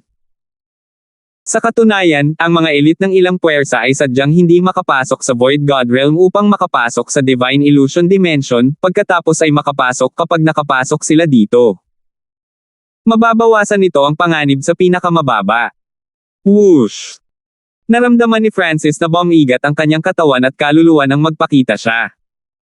Isang sinaunang presyon ang pumuno sa hangin.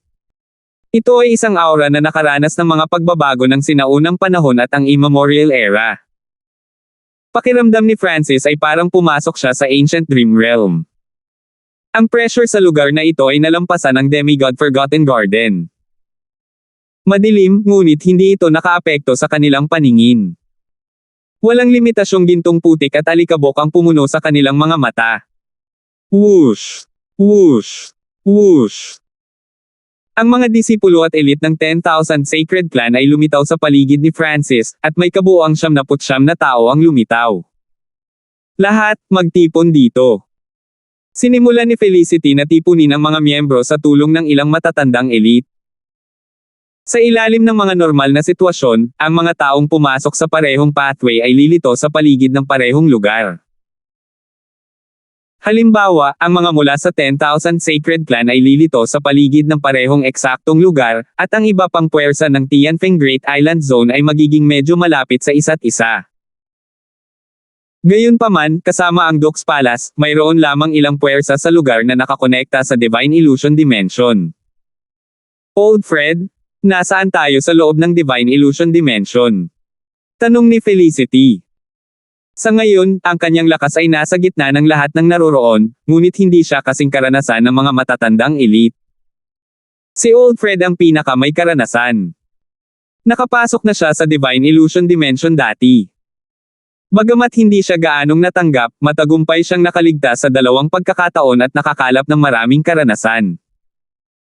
Hindi ko makumpirma ang posisyon natin ngayon.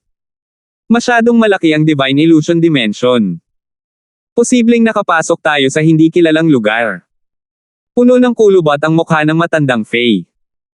Ang kanyang cultivation ay umabot na sa half-step king level, at madali niyang matatalo ang iba pang kapareho ng rango. Ang grupo mula sa 10,000 Sacred Clan ay nagsimulang mag-scout sa paligid.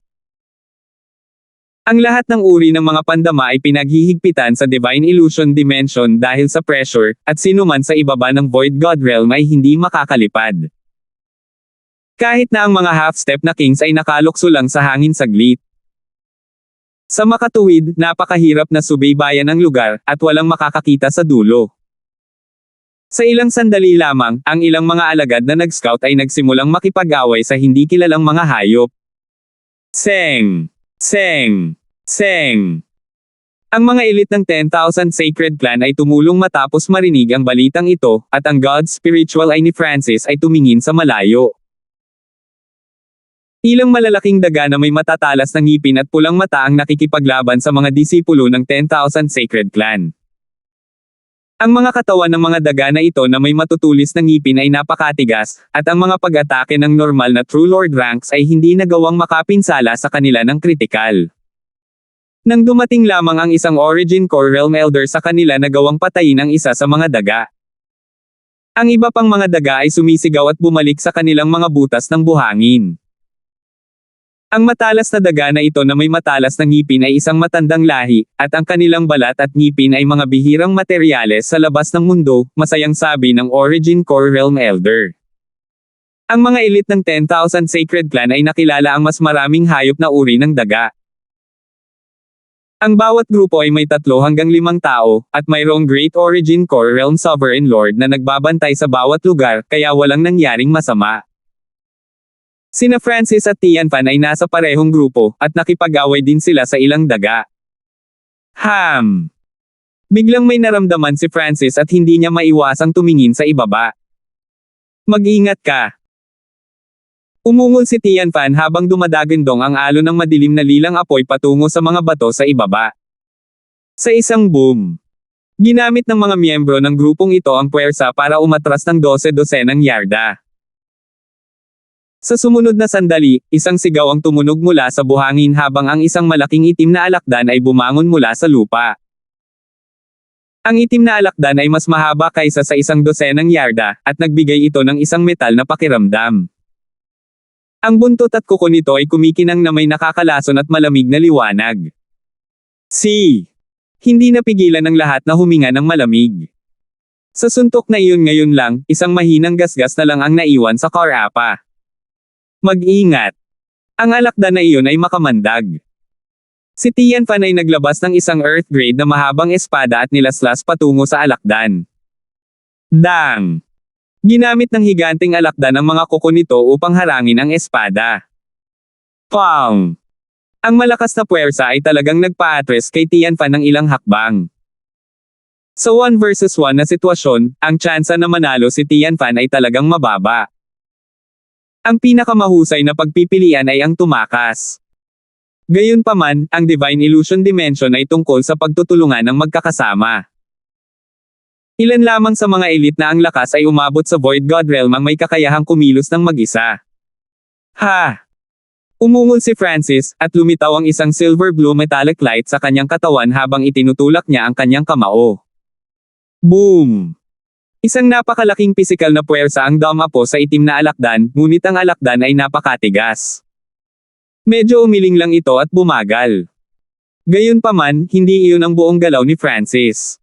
Itinuro niya ang kanyang daliri, at ang mga alon ng Water of Wind Lightning ay umaagos patungo sa itim na alakdan. Shoo! Isang pamamanhid na sensasyon ang naglimite sa bilis ng itim na alakdan. Bam! Bam! Sa pinagsamang puwersa ng pisikal na lakas at Water of Wind Lightning, nagawa ni Francis na higpitin ang itim na alakdan. Siya ay napakabilis, at mayroon siyang malalim na layunin. Ang mga pag-atake ng itim na alakdan ay hindi nakarating kay Francis. Makalipas ang 10 paghinga, nagtagumpay sina Francis at Tianfan, ngunit medyo malakas ang depensa ng Scorpion, at hindi ito gaanong nasugatan. Dumating ang ilang Origin Core Realm Elders na may karanasan sa pakikipaglaban at madaling inalagaan ang Black Scorpion. Mukhang mas matalino ang mga matatanda, bumaantong hininga si Tianfan. Karamihan sa mga nakatatandang henerasyon ay may mga cultivation sa Great Origin Core Realm at bihasa sa pakikipaglaban. Hindi man lang nakatakas ang itim na alakdan dahil sa tulong ng mga matatandang elite. Napakataas ng battle power ng mga matatandang elite na ito. Si Francis ay tumango at tinansya na ang pinagsamang 60 higit na junior ay hindi magiging katugma ng 30 o higit pang mga nakatatanda. Sa walang limitasyong buhangin, ang mga puwersa ng 10,000 Sacred Clan ay humakbang pasulong, at ilang mga eksperto ang naglabas ng kanilang mga kabayo. Ang ilang mga alagang hayop sa lupa ay mas angkop para sa kapaligirang ito, at dahil sa presyon ng dimensyon at mga sandstorm, ang mga lumilipad na alagang hayop ay hindi angkop pa rin. Sa makatuwid, hindi pinatawag ni Francis ang Yinming Bird, at sinimulan niyang bigyang pansin kung mayroong anumang angkop na kabayo sa lugar. Makalipas ang kalahating araw, ang mga ulap sa himpapawid ay naging kakaibang kalmado, at wala na silang nakitang anumang hayop. Maghintay. Biglang itinaas ng matandang Faye ang kanyang kamay. Napakasama ng panahon. Nakatira ako noon sa disyerto noong gumagawa ako ng misyon para sa angkan. Kung tama ako, may darating na malaking sandstorm. Nagsalubong ang mga kilay ni Old Fred. Sandstorm. Ang mga ekspresyon ng mga elite ng angkan ay nagbago ng husto.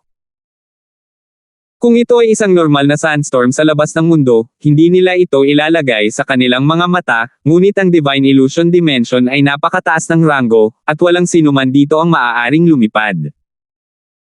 Ang kapangyarihan ng natural na kalamidad na ito ay hindi dapat maliitin.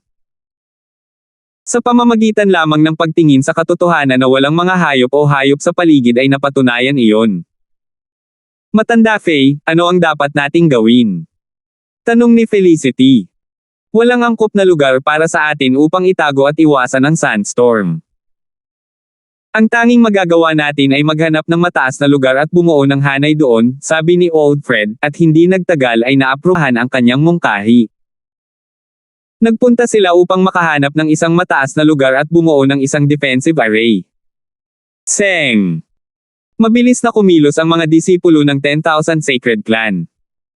Pagkaraan ng ilang sandali, nakahanap ang grupo ng isang bundok at nagsimulang bumuo ng isang defensive array doon.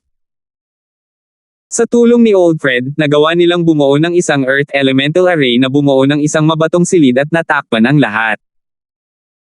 Makalipas ang isang oras, dumilim ang kalangitan habang nilamon ng sandstorm ang lahat ng nakikita. Weng! Bahagyang yumanig ang Earth Elemental Array, at medyo lumabo ang liwanag nito. Mabilis na naglagay ang lahat ng higit pang primal crystal stones at ginamit ang kanilang true yuan. Ang kapangyarihan ng sandstorm na ito ay mas malakas kaysa sa inaakala ko. Kahit sinong mababa sa kalahating hakbang na king level ay hindi makakaligtas sa sandstorm, sabi ni Old Fred na may solemn na tono, at lahat ay nagpakawala ng hininga.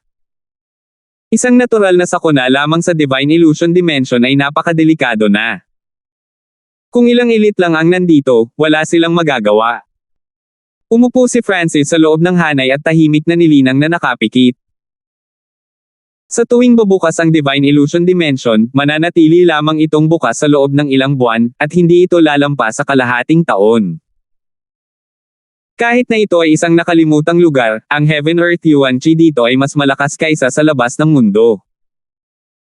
Higit sa lahat, ang lugar na ito ay naglalaman ng mga bihirang mapagkukunan, ngunit ang 10,000 Sacred Clan ay tila hindi masyadong mapalad. Ang lugar na kanilang ikinabot ay isang tiwangwang na disyerto. Ang bagyong ito ay tumagal ng isang buong araw at gabi. Sa wakas, nawala ang sandstorm, at ang bundok na kanilang kinaroroonan ay nilamon ng buhangin. Boom! Boom! Itinulak ng ilang matatandang eksperto ang buhangin at nagbukas ng landas. Matapos makita muli ang langit, sila ay tulala. Hindi sila makapaniwala sa nakikita nila sa kanilang paligid. 772. Sa bundok, ang grupo ng mga tao ay tumingin sa paligid at natulala sa kanilang nakita, kabilang si Francis. Pagkatapos ng sandstorm, ang bundok na kanilang kinalalagyan ay ang tanging tuktok na nakatayo sa gitna ng isang malaking butas. Ang pakiramdam ng pag-iisa ay sukdulan. Ang buhangin ay natangay ng sandstorm, at ang paligid nila ay naging isang bangin. Ang malamig na ihip ng hangin ay nagpasinok sa mga disipulo ng 10,000 Sacred Clan. Tingnan mo. Iyon ay. Ang mga tingin ng ilang disipulo ay nakalok sa lupa, at nakita nila ang ilang malabong mga istruktura. Ang espiritual na mata ng Diyos ni Francis ay maaaring makakita pa. May kaunting mga gusali sa ibaba. Higit pa rito, hindi na ito buhangin sa ibaba nila, kundi itim na putik. Pwede bang? Si Francis ay may ilang mga hula at ginamit ang kanyang God spiritual ay upang tumingin pa. Sa parehong sandali, ang lahat ng mga disipulo mula sa 10,000 Sacred Clan ay nagsimulang suriin ang kailaliman sa ibaba nila. Whoosh! Whoosh! Si Felicity at Old Fred, dalawang half-step na hari, ay lumundag sa hangin. Bumaba lahat ang iba pang miyembro at nagsimulang maghanap ng mga track. May pasukan dito. Isang bulalas ang tumunog at nakakuha ng atensyon ng lahat. Ilang disipulo ang nakatayo sa harap ng parang palasyo na parang pader, at isang mahabang landas ang makikita sa ilalim ng lupa. Underground path. Nakahanap na ang mga tao sa mga underground na lungsod at dagat sa Divine Illusion Dimension dati. Kumislap ang mga mata ni matandang Faye. Gayunpaman, ang mga pandaman ng lahat ay mahigpit na pinaghihigpitan sa Divine Illusion Dimension. Kahit na ang putik at mga gusali ay maaaring limitahan ang kanilang mga pandama. Tanging ang espiritual na mata ng Diyos ni Francis ang nakakakita sa kung ano ang nasa ibaba. Ito ay dapat ay isang underground na lungsod, wika ni Francis, at lahat ay sumang-ayon sa kanya. Ang landas ay napunta sa ilalim ng lupa, at ang putik ay bahagyang nabasa. May makikita pang ang maliliit na insekto. Hindi agad matatakpan ng buhangin ang lugar na ito. Nagsimulang magtalakayan ang grupo, at ang karamihan ay sumang-ayon na bumaba at i-scout ito. Sinundan ng grupo ang landas at bumaba. Mayroong ilang mga perla sa landas na nagbigay ng mahinang liwanag, at ang mga tunog ng dagindong at pagkagat ay umalingaw-ngaw mula sa kailaliman. Sa wakas ay narating na ng grupo ang dulo pagkatapos ng mahabang paglalakbay. Ang lupa sa ilalim ng kanilang mga paa ay madilim na berde, at may mga palatandaan ng mga tao na binabago ang tanawin. Ang material ng underground na lungsod ay napakatigas, at dahil sa Divine Illusion Dimension mismo, kahit na ang pinakamalakas na suntok ng True Lord rank ay maaari lamang mag-iwan ng mahinang gasgas sa lupa. Siguro dahil matagal na silang hindi nagagamit, maraming lugar sa underground city ang madilim. Gayunpaman, hindi mahirap makita na ang lungsod na ito ay pinaghirapan ng husto. Nasa field, fountain, tindahan, at bahay ang lahat ng kailangan nila. Hindi ito mas masahol kaysa sa ibang lungsod. Old Fred, nararamdaman ko ang kaguluhan ng purong Yuan Chi mula sa ilalim ng lupa. Napapikit si Felicity na nakasuot ng magandang damit. Sa mga taong naroroon, siya ang may pinakamataas na paglilinang at ang pinakamakapangyarihang linya ng dugo. Siya ang pinakamalakas sa grupo nila. Ginamit ng grupo ang kanilang mga pandama upang mag-scout sa paligid matapos marinig ang babala ni Felicity. Tama ka. Si Old Fred, 2 pang kalahating hakbang na hari, at ilang peak na Great Origin Core Realms ay nakadama ng parehong pakiramdam, at si Francis ay nagpahayag ng kakaibang ekspresyon habang ang kanyang kaliwang mata ay nakatingin sa isang tiyak na direksyon. Istorbo kay Yuan Chi. Higit pa iyon. Ang kaluluwa ni Francis ang pinakamalakas sa mga taong naruroon at, sa tulong ng espiritual na mata ng Diyos, ang kanyang mga pandama ay pinakamalinaw. Meow meow. Lumitaw ang maliit na paws ang magnanakaw sa kanyang balikat at naghagis ng ilang lumang barya sa hangin, na naging sanhi ng pagkalansing ng mga ito. Pinangunahan ni Old Fred at ilang mas matatandang eksperto habang si Felicity ay sumunod na malapit sa likuran habang patungo sila sa lugar kung saan naramdaman nila ang kaguluhan sa Yuan Chi. Gayunpaman, ang paglalakbay ay hindi mapayapa.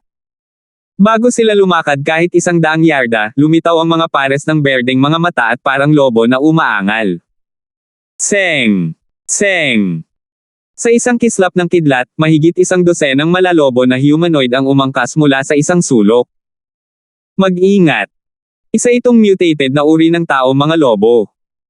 Nagbabala si Old Fred habang nag-aaway ang dalawang panig. Ang mga lobo ay hindi naapektuhan ng kadiliman, at ang kanilang mga pandama ay hindi naapektuhan ng mga gusali at putik. Higit pa rito, napakaliksi nila. Ang ilang mga disipulo ay pinatay ng mga lobo bago pa man sila nakapag-react. Sa kabutihang palad, ang mga matatandang elite ay nakaranas, at mabilis na napatay ni Old Fred ang ilang mga lobo. Medyo alam ni Old Fred at ng kanyang mga kasamahan ang tungkol sa mga lobo, ngunit ang ibang mga disipulo ay hindi gaanong karanasan. Arg! Ang balikat ng isang half-step na Origin Core Realm na disipulo ay napunit ng kuko ng isang lobo, at napasigaw siya sa sakit. Ang mga lobo ay napakabilis, ang kanilang mga kuko ay matutulis, at sila ay mas malakas sa madilim na kapaligiran. Seng! Seng! Seng! Ang mga wolfmen na ito ay nag-iwan ng ilang katawan kasama ang kanilang pagtambang, pagkatapos ay mabilis na umatras sa komplikadong underground na lungsod. Ang mga lobo na ito ay napakatuso, at dalubhasa sila sa pagtutulungan ng magkakasama at pananambang. Ngayon lang nila tayo sinusubok, babala ni Old Fred. Ang labanan kanina ay ang mga wolfmen na nagmamanman sa kanila. Patuloy na sumusulong ang grupong 10,000 Sacred Clan. May ilan na dalubhasa sa pagtatanggol, pagpapagaling, o iba pang natatanging kakayahan tulad ng pagpatay. Ang nasabing grupo ay may mas mataas na pagkakataon na makaligtas sa hindi alam. Sa humigit kumulang kalahati ng oras na kinuha upang gumawa ng tsaa sa ibang pagkakataon, ang pag-ungol ng mga lobo at ilang daang pares ng madilim na berdeng mga mata ay muling lumitaw, na nagpapalamig sa lahat ng nakakita sa kanila. Mag-ingat! Mayroong ilang daang mga lobo sa pagkakataong ito. Nanginig ang puso ni matandang Faye. Marami sa kanila ang may hawak na armas, at ang ilan ay may armor pa. Kung ikukumpara sa dati, ang grupong ito ng mga lobo ay isang grupo ng mga elite. Pinalibutan ng ilang daang wolfmen ang grupo ng 10,000 Sacred Clan. Woo! Lumabas ang isang malaking pinuno ng lobo. Ang balahibo nito ay gininto ang kayumanggi, at may hawak itong mahabang sibat. Miyaw miyaw. Ang munting paws ang magnanakaw sa balikat ni Francis ay sumenyas kay Francis, na parang may sinasalin. Plunder. Gusto nilang iwanan natin ang lahat at lahat ng babae. Ang kakaiba ay naiintindihan ng lahat ang pagkumpas ng maliit na paws ang magnanakaw. Nagulat ang lahat. Bagamat magulo ang underground na lungsod, tila mayroon din itong sariling mga patakaran ng kaligtasan. Sabihin mo sa kanila na kami ang mga mandar ambong. Malamig na tumawa si Felicity. Miyaw miyaw. Ikinaway ng maliit na paws ang magnanakaw ang mga paa nito sa pinuno ng lobo. Oo! Ang mga lobo ay umungal at napaungol, at ang pinuno ay nagalit nang iwagayway nito ang kanyang sibat at inutusan ang iba na sumalakay. Boom! Isang maitim na berdeng ipoypo ang lumitaw mula sa sibat ng pinuno ng lobo at tumangay patungo sa grupo mula sa 10,000 Sacred Clan. Isang casual na suntok lang ay maihahambing sa kapangyarihan ng isang half-step king. Hayaan mo akong labanan ito. Sigaw ni Felicity nang sumili ang liwanag sa kanya. Bam! Nagsagupaan si Felicity at ang pinuno ng lobo, na lumikha ng isang shockwave na nagtulak sa lahat palayo. Bagamat ang bloodline at teknik ng wolfman na ito ay hindi kasing lakas ng kay Felicity, napakalakas nito, at malakas ang pisikal na katawan nito. Kasabay nito, ang ilang daang wolfmen ay sumugod. Sa dami, ang mga lobo ay may malaking kalamangan, ngunit ang mga nagsasaka ng 10,000 Sacred Clan ay pawang mga henyo at hindi dapat maliitin. Isang elder sa Great Origin Core Realm na dalubhasa sa sold-out techniques ang naging dahilan ng pagkataranta ng mga lobo at pag-atake sa isa't isa. Ipinalibot ni Francis ang kanyang Golden Kun Sacred Lightning Body. Hindi siya natatakot sa malapitang labanan. Ang mga lobo na lumapit sa kanya ay pinalipad lahat. Miyaw miyaw. Tumalon-talon ang maliit na paws ang magnanakaw sa pagitan ng mga lobo. Wala siyang pinatay ni isa sa kanila, natulala lang siya gamit ang mga paa nito. Kunin mo muna ang pinuno. Umungol si matandang Faye habang inaatake ang pinuno ng lobo mula sa gilid. Wow! Ang pinuno ng lobo ay nagluwa ng isang subo ng dugo. Matapos suriin ang mga kalakasan at kahinaan ng lobo, sinimulan itong sugpuin ni Felicity. Sa tulong ni Old Fred, itinulak nila pabalik ang pinuno. Oo! Nang makitang hindi natuloy ang mga bagay ayon sa plano, sumigaw ang pinuno ng lobo at umatras kasama ang iba pang mga lobo. Ang mga lobo na ito ay hindi masyadong pipi. Dalubhasa sila sa pagtatrabaho bilang isang grupo upang piliin ang mahihina. Kung ang kalaban ay masyadong malakas, sila ay otres. Isang mahabang hininga ang pinakawala ng matandang Fae. Pagkatapos ng lahat, mayroong ilang daang mga lobo, kaya kung sila ay lumaban ng walang pag-iingat, ang grupo ng 10,000 Sacred Clan ay malubhang masugatan. Old Fred, hinanap ko ang kaluluwa ng isang maliit na pinuno ng lobo. Lumapit ang Great Origin Core Realm Elder na dalubhasa sa Soldao Techniques at hindi nagtagal ay gumawa ng mapa ng lugar. Kasabay nito, isang mapa ang lumitaw sa isip ni Francis, na naglalaman ng impormasyon tungkol sa kalapit na lugar. Sa magulong sitwasyon ngayon, hinanap din ni Francis ang isang lobo. Ang kaguluhan ng Yuan Chi ay dapat mula sa ipinagbabawal na lupain ng lungsod ng Underworld ang Evil God's Altar. Nag-uusap si Old Fred at ilang iba pa. Ang Evil God ay ang Diyos na ipinagdasal ng mga lahi sa ilalim ng lupa na ito. Upang maabot ang Evil God's Altar, kailangan nating dumaan sa mga lobo, butiki, at maging sa teritoryo ng mga Scorpion Men. Ang mga Scorpion Men ang pinakamalakas. Nagsalubong ang mga kilay ni Old Fred habang nakatingin siya kay Felicity. Tiyak na mayroong isang uri ng lihim o kapalaran sa Evil God's Altar, ngunit batay sa kasalukuyang sitwasyon, makakatagpo sila ng malalakas na lahi sa daan. Ang lakas ng mga butiki at mga Scorpion Men ay mas malakas pa kaysa sa mga lobo. Pakiramdam ko, ang Evil God's Altar ay naglalaman ng kakaibang kapangyarihan. Nagpa siya si Felicity na subukan ito. Naramdaman ng kanyang kadugo na Imperial daw na lumalakas ang kaguluhan mula sa Evil God's Altar. Okay. Lahat, humanda sa pakikipaglaban. Ang mga butiki ay karaniwang dalubhasa sa pagdura ng apoy. Yaong mga naglilinang ng mga pamamaraan ng Water Elemental, magtipon dito, utos ni Old Fred. Si Francis ay mayroong Ice Water Bloodline at ang Water of Wind Lightning, kaya wala siyang issue sa pagpapatawag sa harapan. Noon, mahilig siyang kumilos ng mag-isa, ngunit ngayon, nasaksihan niya ang lakas ng isang grupo at kung paano sila nakaligtas. Hindi ngayon ang oras para kumilos ng mag-isa, naisip ni Francis. Ang grupo ay tuloy-tuloy na pumasok sa teritoryo ng mga lobo at hindi nakaharap sa maraming pananambang. Makalipas ang halos kalahating oras. Boom! Boom! Bam! Ang tunog ng apoy at sigawan ng tao ay nagmula sa harapan. Ham! Aling puwersa ang nauna sa atin? Napakaingat ni Old Fred. Salamat po at sinamahan ninyo ako, ingat lagi mga master.